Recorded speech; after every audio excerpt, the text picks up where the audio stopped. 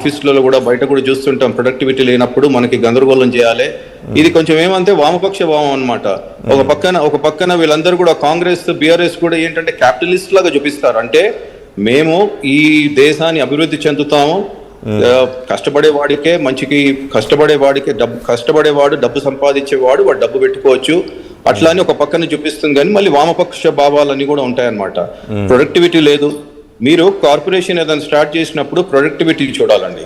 Productivity అంటే ఏంది? మీరు సంపాదించగలుగుతారా? ఒక రైతు బాగుపడుతున్నాడా? ఆ రైతు నుంచి లాభాలు ఏమైనా వస్తున్నాయా? మీరు రైతు నుంచి లాభాలు తీసుకురాగలుగుతున్నారా? ఒక పంటకి మీరు మనకు లాస్ అయితే ఇస్తున్నారా? పంటకి ఎంత ఇస్తా అన్నారు, ఎంత ఇస్తున్నారు? ఇవన్నీ కూడా మీరు అన్ని కూడా డేటా తీయమని చెప్పండి. బీఆర్ఎస్కి కాంగ్రెస్కి లిస్ట్ అవుట్ చేయమని చెప్పండి. ఎంత డబ్బు తీసుకున్నారు, ఎంత క్రాప్కి ఇచ్చింది, ఎన్ని నిధులు ఇస్తా అన్నారు, ఎన్ని పాలసీస్ ఉన్నాయి. ఇవన్నీ ఇవ్వకుండా రోడ్ల మీద వచ్చి కొట్లాడి ఇది ఏ పెద్ద ఘనకారం సాధించారండి. ఇప్పుడు భావి పౌరులకు ఏం చూపిస్తున్నామండి? జెన్జీ ఉన్నారు, జెన్జీ చూసి ఏమంటుంది? దిస్ ఇస్ వాట్ ఇప్పుడు చాలా మంది అడుగుతుంటారు. మేము వెళ్తున్నప్పుడు కాలేజ్ లో కానీ డిగ్రీ యూనివర్సిటీస్ వెళ్తున్నప్పుడు ఏంది సార్ ఇది, what is this sir, what is our nation sir, what is our states అని అడుగుతారు. ఏం సార్ వీళ్ళు బయటకు వచ్చి కొట్లాడుకుంటారు, ఇంత చండాలమైన మాటలు మాట్లాడతారు, టీవీ డిబేట్ సరిగా ఉండదు. జెన్జీకి ఏం చెప్తున్నామండి? మన ఇంట్లో మన పిల్లలు మాత్రం బాగుండాలి, మన ఇంట్లో పిల్లలకు మాత్రం మంచి కాలేజు మంచి స్కూళ్ళలో చదువుకోవాలి, మన పిల్లలు హైయర్ స్టడీస్ చేసుకోవాలంటే బయట దేశాలకు వెళ్ళాలి. ఇవన్నీ కూడా ఇక్కడ వామపక్ష భావాలు అవసరం లేదు. కానీ ఎదుటోడు మాత్రం వాని ఏంటంటే ఒక ఇరిటేట్ చేయాలి, అనాయ్ చేయాలి, ప్రవోక్ చేయాలి, వాడిని రోడ్డు మీద తీసుకొచ్చి వానితో కొట్లాడించాలి. వీళ్ళు మొత్తం సీన్ అయినాక లాస్ట్కి వచ్చేసి కార్లలో దిగి వీళ్ళని అరెస్ట్ చేసినట్టు చూపించేసి కార్లోనో బండిలో తీసుకెళ్తారు. ఇదంతా డ్రామా కాకపోతే ఏంటండి? What is happening? కిడ్స్ చూడట్లేదా? యంగ్స్టర్స్ చూడట్లేదా? మేము అందరం చూడట్లేదా? ఇదా మన రాష్ట్రం? ఇది కావాలనుకుంటున్న ప్రజలు? ఇదేనా? ఈ భావంతో నాకు కాంగ్రెస్ కి పవర్ ఇచ్చింది?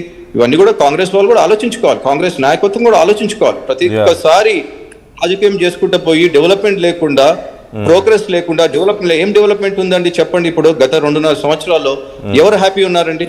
Only Congress people are happy. ఇక్కడ కేరళలో ఎలక్షన్స్ అయితే కేరళకు డబ్బు పంపించాలంటే ఇక్కడ తెలంగాణ రాష్ట్రం నుంచి డబ్బు పంపించాలి. కర్ణాటకలో కొంచెం స్లో నడుస్తుంది. ఇప్పుడు డీకే శివకుమార్ వచ్చింది కాబట్టి ఆయన కూడా డబ్బు ఇచ్చే పరిస్థితిలో ఉన్నాడు. కాబట్టి ఇంతకుముందు వేరే ఆయన చీఫ్ మినిస్టర్ సిద్ధరామయ్య గారు చీఫ్ మినిస్టర్ ఉండే కాబట్టి అప్పుడు డీకే శివకుమార్ గారు కొంచెం ఎంకరేజ్ చేయలేదు. సో అక్కడ డబ్బు అక్కడ కొంచెం ప్రాబ్లం అయింది. తెలంగాణ మీద అంతా అది ఇక్కడంతా కూడా ఇది ఒక ఏటీఎం కాదండి. అందరు ఏటీఎం అంటున్నారు. This is bank for Congress.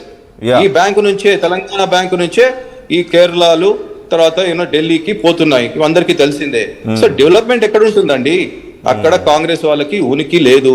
ఉనికి కోసం డబ్బు అవసరం. This is what is happening. ఒక సింపుల్ క్వశ్చన్ అండి, అందరికి లిస్ట్ డౌన్ చేయండి, పెట్టండి స్క్రీన్ మీద. ఎవరెవరు ఎంత డబ్బు తీసుకున్నారు, ఎవరెవరు ఎంత డబ్బు ఆదాయం ఉంది, ఎంత తీర్చగలిగారు, ఎంత తీర్చారు, ఎవరు తీరుస్తున్నారు, ఎవరు తీర్చబోతున్నారు, క్లియర్ అంతా. Everything will be open. Okay.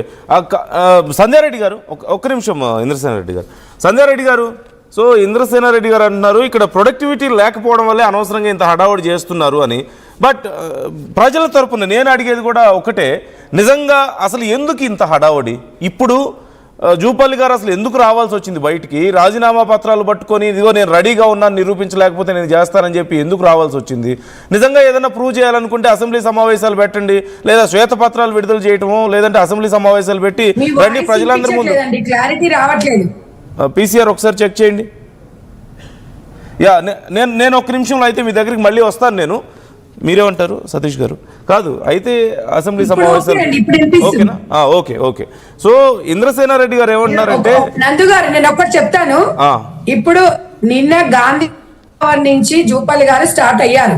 Harish Rao గారు వస్తుంటే అక్కడ అరెస్ట్ అని చెప్పేసి ఆయన ఆ మాటకి ఇప్పటికీ కట్టుబడే ఉన్నారు. ఆయన ఒకటే జూపల్లి గారు రాసిన దాంట్లో క్లారిటీగా నేను నిరూపిస్తా, మీరు రాజీనామా చేస్తారా, మీరు రాజకీయాల నుంచి తప్పుకుంటారా అని చెప్పేసి జూపల్లి గారు అడిగిన ప్రశ్నలకి సమాధానం చెప్పలేదు. కానీ జూపల్లి గారు క్లారిటీగా ఒకవేళ మేము చేసిన ఆరోపణలు తప్పైతే నేను రుజువు చేయలేకపోతే ఎమ్మెల్యే సభ్యత్వానికే రాజీనామా చేస్తా అని చెప్పిండ్రు. ఒక్కటి ఎందుకంటే ఆల్రెడీ మీకు క్లారిటీగా తెలంగాణ ప్రజలకు తెలుసు. తెలంగాణ ప్రజల కోసం 1,00,000 కోట్లైనా కూడా అప్పులు చేస్తామండి. ఇవాళ కేసీఆర్ కుటుంబం కోసం అప్పులు చేసింది, తెలంగాణ ప్రజల కోసం అప్పులు చేయలేదు సార్. నేను అందుగారు మీకు ఒకటే చెప్తున్నా, ఇవాళ మీరు ఎక్కడైనా తప్పులు, ఎక్కడైనా మేము ఏదైనా దోచుకున్నా అయితే మీరు చూపించండి. ఉట్టి గాలి మాటలు మాట్లాడి గారడేశాలు వేసి ఇవన్నీ లక్కోరు మాటలు మాట్లాడుతుంటే సిద్ధంగా ఎవరు లేరు. ఇష్టం వచ్చినట్టుగా ఒక ముఖ్యమంత్రి గారిని కూడా ఇష్టం వచ్చినట్టుగా మాట్లాడుతున్నారంటే మీరు రాజకీయాలు చేస్తారా? 10 సంవత్సరాల అధికారం నుండి ప్రజలకు మీరు ఏం చేసిరనేది చెప్పాలి కానీ ఇంకొక ఆయన అవుతున్నాడు చిలక దోశ అని చెప్పి ఇక చెప్తున్నాడు స్కూల్లో పప్పు లేదు ఉప్పు లేదు మసాలా లేదు. కాదు అన్ఫార్చునేట్లీ ఈ భాష చాలా దారుణమైన భాషను ఉపయోగించి ఒకరినొకరు తిట్టుకోవడం అనే దాని నుంచి ఏ పార్టీని కూడా ఎక్స్క్లూడ్ చేయలేము ఇక్కడ అన్ఫార్చునేట్లీ. సరే, అపార్ట్ ఫ్రమ్ దట్ నేను ఒకటే అడుగుతాను సంధ్యా రెడ్డి గారు, ఇంతకు ముందు ఇంద్రసేనారెడ్డి గారు అడిగింది నేను అడుగుతున్నాను, ప్రజల తరపు నేను ఒక మాట అడుగుతున్నాను. నిజంగా అంటే ఇప్పుడు ఈ మొత్తం గందరగోళం నుంచి ఏం ప్రూవ్ చేయాలనుకుంటున్నారు? గతంలో బీఆర్ఎస్ అప్పులు చేసిపోయింది, 8.5 లక్షల కోట్లు అప్పులు చేసింది కాబట్టి, 8 లక్షల కోట్లకు పైగా అప్పులు చేసింది కాబట్టి మా దగ్గర డబ్బులు లేవు. గతంలో రేవంత్ రెడ్డి గారు చెప్పినట్లుగా అప్పుల కోసం వెళ్తే మమ్మల్ని చాలా దారుణంగా చూస్తున్నారు, మా మొహం చూడట్లేదని చెప్పి మాట్లాడారు కదా.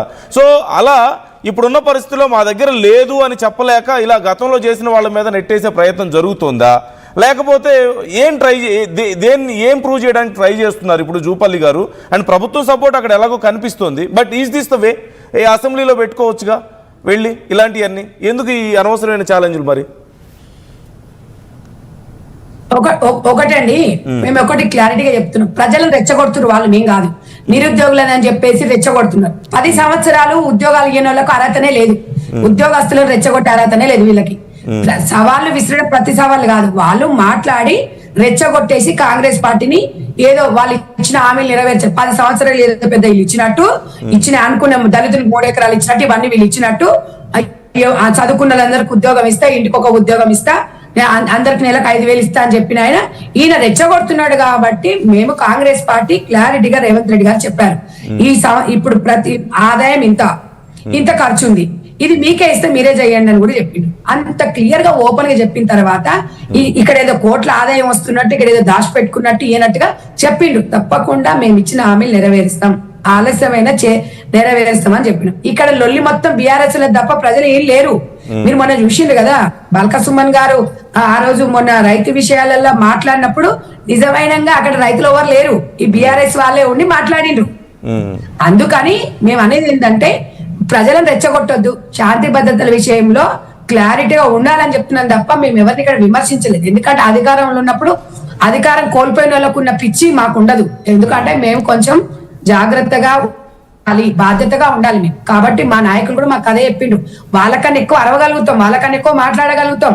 కానీ ప్రతి విమర్శలు ఎట్లా ఉండాలంటే ప్రజలకు అర్థమయ్యే విధంగా ఉండాలి. మనం ఇష్టం వచ్చిన భాషని అడ్డం పెట్టుకొని ఇష్టం వచ్చినట్టుగా మాట్లాడి వెనకటి జోలు కాదు. మీరేం అభివృద్ధి చేసిండు, మేమేం చేయలేదు అలా అడగాలి క్వశ్చన్స్. మీరు ఇది చేస్తున్నారు, మేము చేయలేదు, మీరు చేస్తానే చేయలేని మేము చేసి చూపించినాం, దానికి చర్చకు రావాలి. ఇవన్నీ పనికి ఇవన్నీ కళ్ళబొల్లి మాటలు చెప్పి ప్రజలను మోసం చేయలేరండి. ప్రజలు బీఆర్ఎస్ పార్టీ నమ్మే పరిస్థితిలో లేరు. మిమ్మల్ని ఇంటికి వెళ్ళమనే చెప్పిండు. మీరు చేసిన అవినీతి ఏందో ప్రజలందరూ తెలుసు. గతంలో బీఆర్ఎస్ పార్టీ నాయకుల ఆస్తులు ఎంత ఉన్నాయి, అలా బిడ్డ ఆస్తి ఎంత ఉంది, కొడుకు ఆస్తి ఎంత ఉంది, హరీష్ రావు ఎంత ఆస్తుందో తెలుసు. ఇలా కేసీఆర్ కోడల పేరు మీద గతంలో ఆమె పరిస్థితి ఏంది, ఆమె మీద ఎన్ని కంపెనీలు, అన్ని తెలంగాణ ప్రజలకు తెలుసు. ఒక్కటే మీరు క్లారిటీగా అర్థం చేసుకోండి.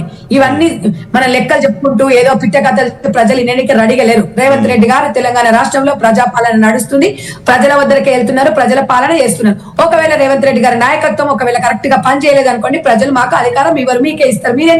మీరెందుకు అరుచుకుంటున్నారు, అట్లా ఎందుకు అరెస్ట్ చేస్తున్నారు?